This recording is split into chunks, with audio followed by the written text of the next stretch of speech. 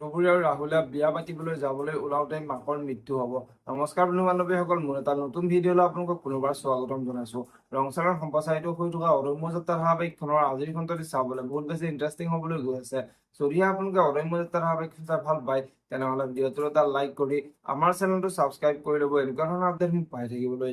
অদম্য যাত্ৰা ধাৰাবাহিকখনৰ যোৱা দিশত দেখিবলৈ পাইছিলে ৰাহুল আৰু ৰাহুলৰ মাকে দুবৰীৰ মাকৰ খবৰ ল'বলৈ হস্পিতাললৈ আহিছিলে আৰু দুবৰীয়ে ৰাহুলক সাৱটি ধৰি তুমি কিয় ইমান দেৰি কৰিলা, সকলো শেষ হৈ গ'ল বুলি ৰাহুলৰ আগত কৈছিলা।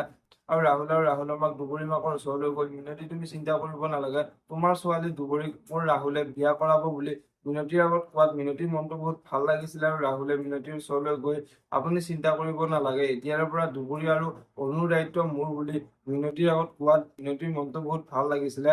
আৰু সেই সময়তে দুবৰীৰ দেউতাকে আহিছিলে আৰু দুবৰীৰ দেউতাকে মই তোমাক কৈছিলো নে সকলো ঠিক কৰি থৈছো বুলি, এতিয়া তুমি মোৰ লগত অহা বুলি দুবৰীৰ মাকৰ আগত কোৱা দেখিবলৈ পাইছিলে। আৰু আজিৰ খনতে দেখিবলৈ পাব দুবৰী আৰু ৰাহুলে বিয়া পাতি মাকক বাহিৰলৈ চিকিৎসা কৰিবলৈ নিয়াৰ কথা চিন্তা কৰিব।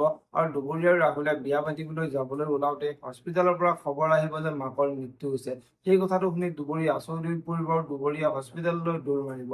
এতিয়া বাৰু দুবৰী আৰু ৰাহুলৰ বিয়াখন হ'বনে, দেখিবলৈ পাব অদম্য যাত্ৰা ধাৰাবাহিকখনৰ আজিৰ খণ্ডটিত। ইফালে আজিৰ খণ্ডটিত ৰঞ্জুৱে মিনতিৰ মৃত্যু হোৱা কথাটো গম পায়। ৰঞ্জুৱে বহুত ভয় খাব। ৰঞ্জুৱে বন্তিৰ মাকৰ ওচৰলৈ আহি এতিয়া বাৰু আমি ধৰা পৰিম নেকি বুলি বন্তিৰ মাকৰ আগত ক'ব।